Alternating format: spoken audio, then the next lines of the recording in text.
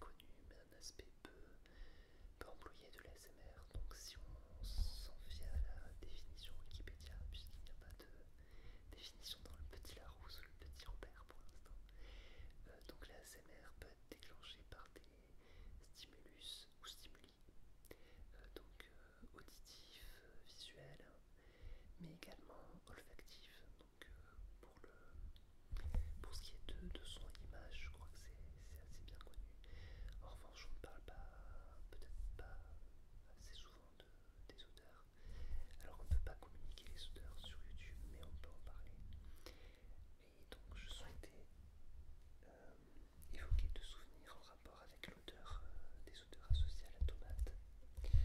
Alors je ne suis pas très fier, ce n'est plus la saison des tomates, mais bon, je voulais quand même vous présenter visuellement ce de quoi j'allais parler. Alors tout simplement, lorsque j'étais tout petit, mes parents avaient un jardin et cultivaient entre autres des tomates. Et donc en particulier l'odeur des feuilles de tomates est associée chez moi à des souvenirs agréables, et du coup sentir cette odeur, ça me donne parfois des frissons propres à la SMR. Bon, là il n'y a pas de feuilles, je n'en ai pas trouvé avec des feuilles, mais la tige sent très bon aussi. En fait, je me suis rendu compte que parfois les tomates en elles-mêmes ne sont pas forcément très goûteuses, surtout quand ce n'est plus la saison. En revanche, l'odeur typique des feuilles, c'est toujours la même à mon sens. Et voilà, ça m'évoque des choses très lointaines et très agréables. Voilà, je ne pense pas que ça se mange les feuilles de tomates. Alors je vais continuer sur un autre souvenir associé à la tomate, mais je vais essayer de passer à voix basse. Donc n'hésitez pas à me donner vos impressions là-dessus. Alors, il s'agit de l'odeur de la tomate associée à l'odeur du basilic. Donc une plante aromatique bien connue. Tout simplement, je suis issu d'une famille italienne, et donc c'est la tradition à la fin de l'été, donc fin août, début septembre, de faire les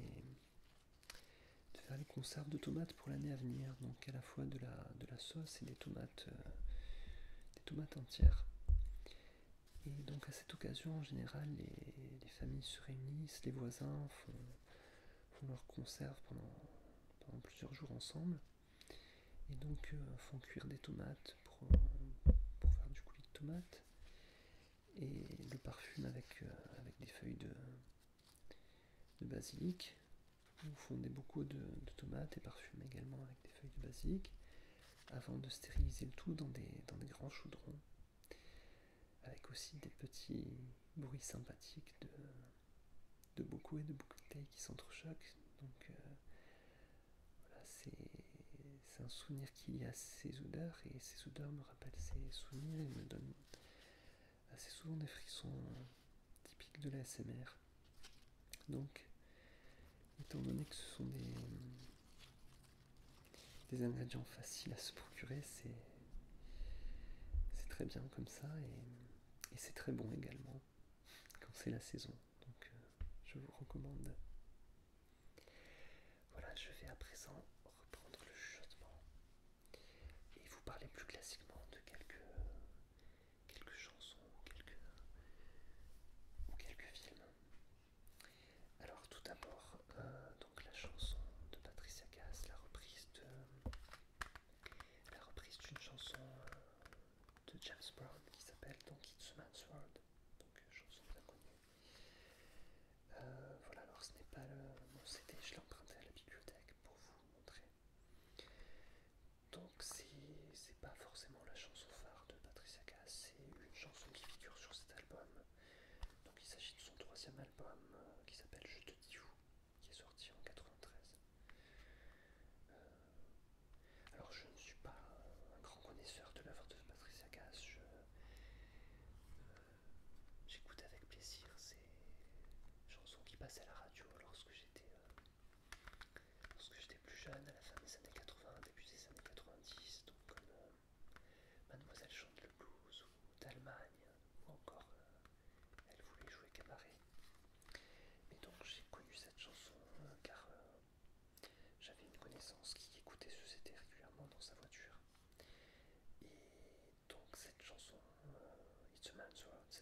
m'a marqué parce qu'elle me provoquait instantanément des frissons bien typiques de la l'ASMR, enfin que je n'appelais pas encore ASMR à l'époque. En fait, dans cette chanson, elle susurre plus qu'elle ne chante. Et elle le fait d'une façon voilà, qui est très agréable et très relaxante et qui me provoque les petits picotements et fourmillements. Enfin, vous savez probablement de quoi je parle. Voilà, bon, à force de l'écouter, après on ne ressent plus forcément ces sensations à chaque fois, mais bon, ça reste pour moi une petite référence.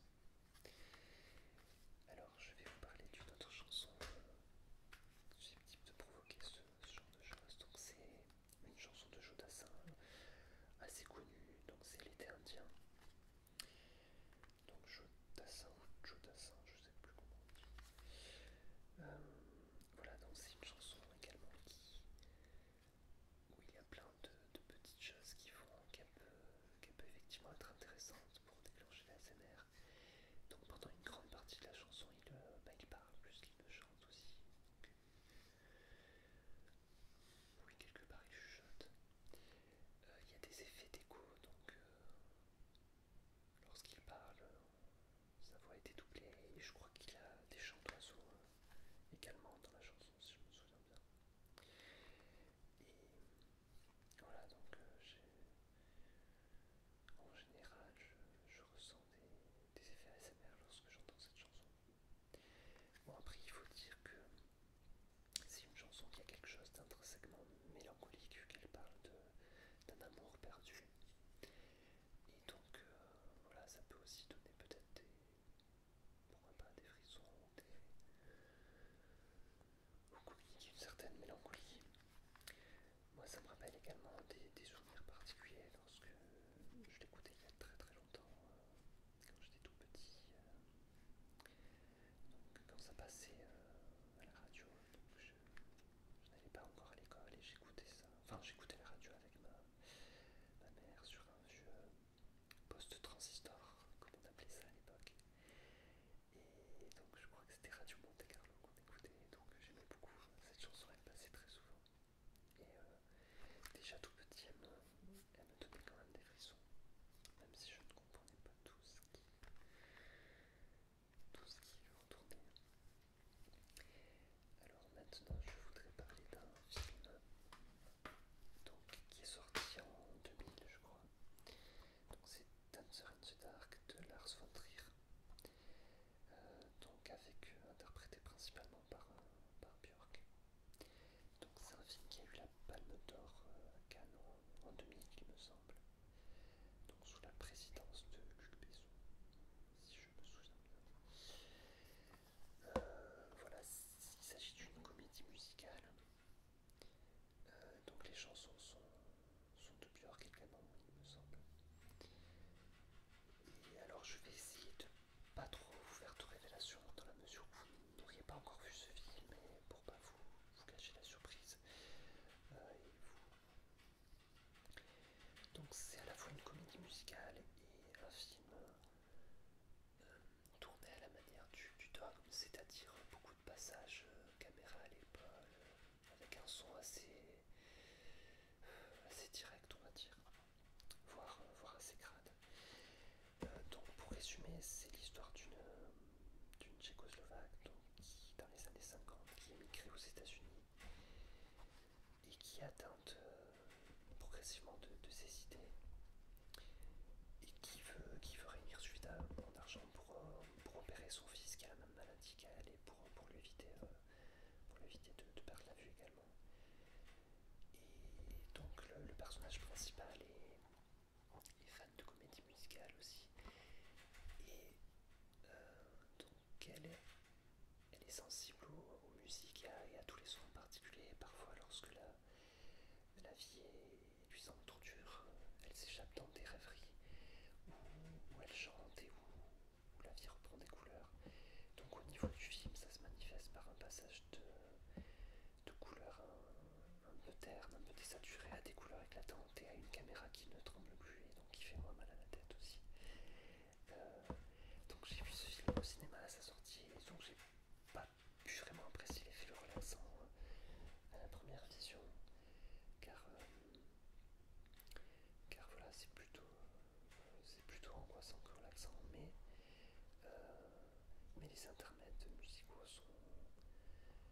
sont basés justement sur des sons du quotidien qu'elle transforme en musique et en chanson, comme par exemple un bruit blanc et continu dans une usine, ou encore le bruit du train sur les rails.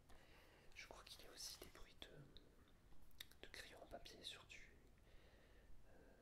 papier. Et puis il y a aussi d'autres bruits encore comme le craquement d'un vinyle sur une platine, un tourne-disque. Et voilà, donc je vous en dis pas trop quand même. Lorsqu'il est repassé à la télé, je l'ai enregistré pour savourer juste les intermèdes musicaux sans voir le film en entier. Et c'est des sons et des musiques que je trouve propices à la l'ASMR ou au moins à la détente.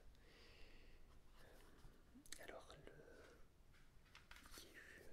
ne peut pas dire que c'est la bande originale, mais il y a eu un CD qui a été édité, donc c'est un CD de Björk, mais il ne s'agit pas des mêmes versions que dans le film. Et je trouve qu'on perd un peu de l'effet potentiellement intéressant, puisque certains